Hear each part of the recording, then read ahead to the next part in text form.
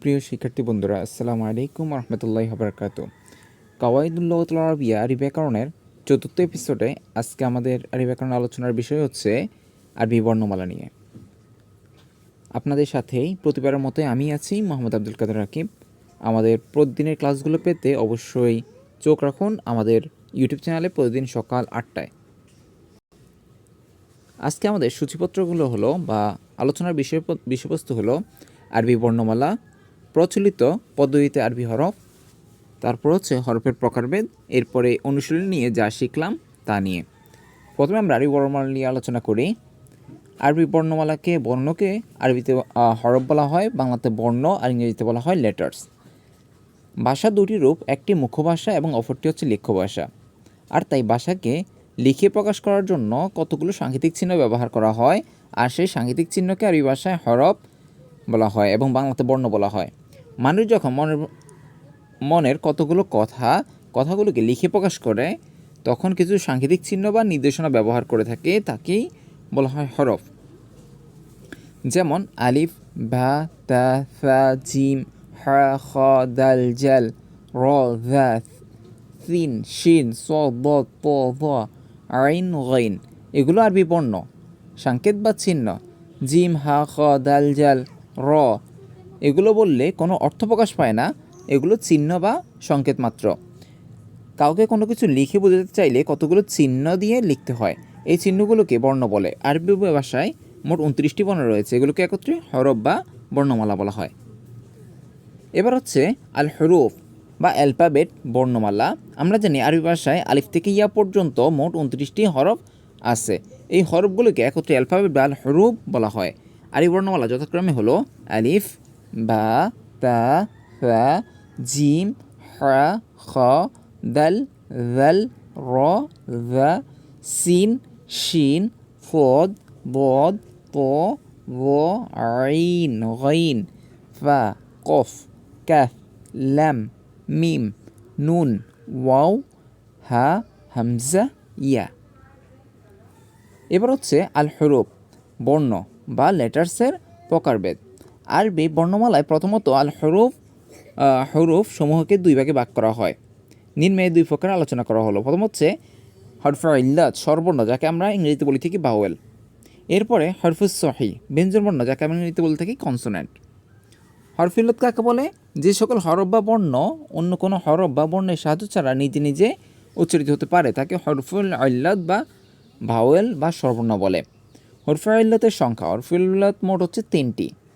যেমন আমরা ইংরেজিতে ভাওয়েল পড়ে থাকি, ভাওয়েল হচ্ছে 5টি, এ, ই, আই, ও, ইউ।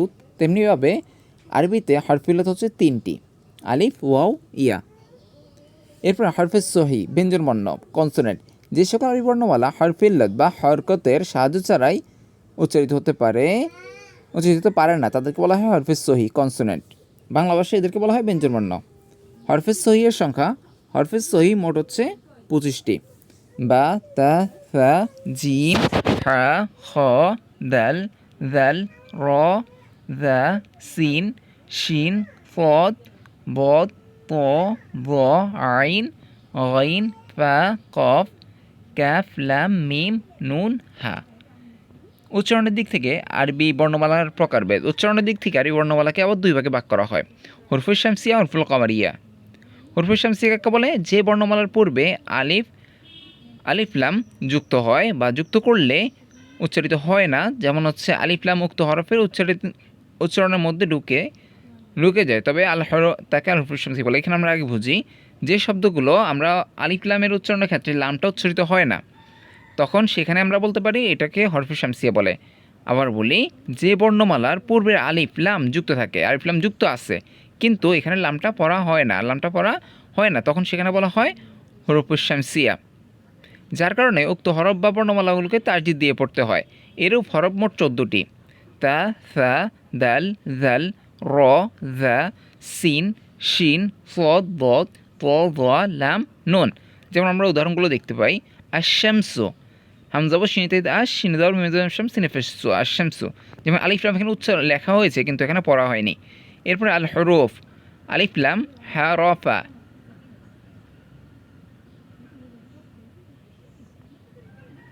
এরপরে হচ্ছে আল্লাইল ইত্যাদি।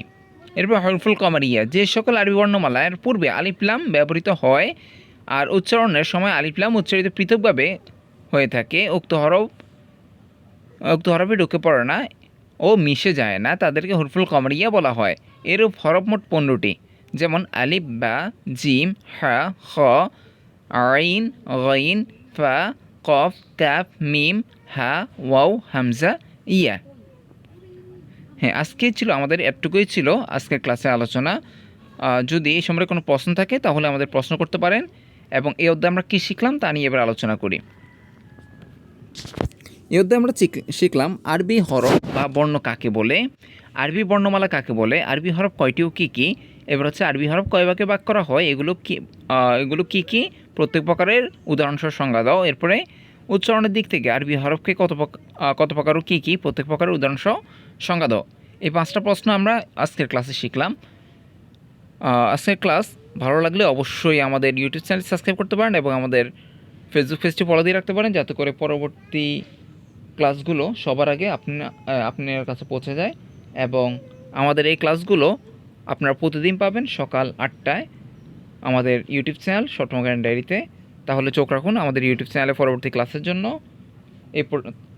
তাহলে পরবর্তী ক্লাস পর্যন্ত অপেক্ষায় থাকুন। ভালো থাকবেন, সুস্থ থাকবেন। আসসালামু আলাইকুম ওয়া রাহমাতুল্লাহি ওয়া বারাকাতুহু।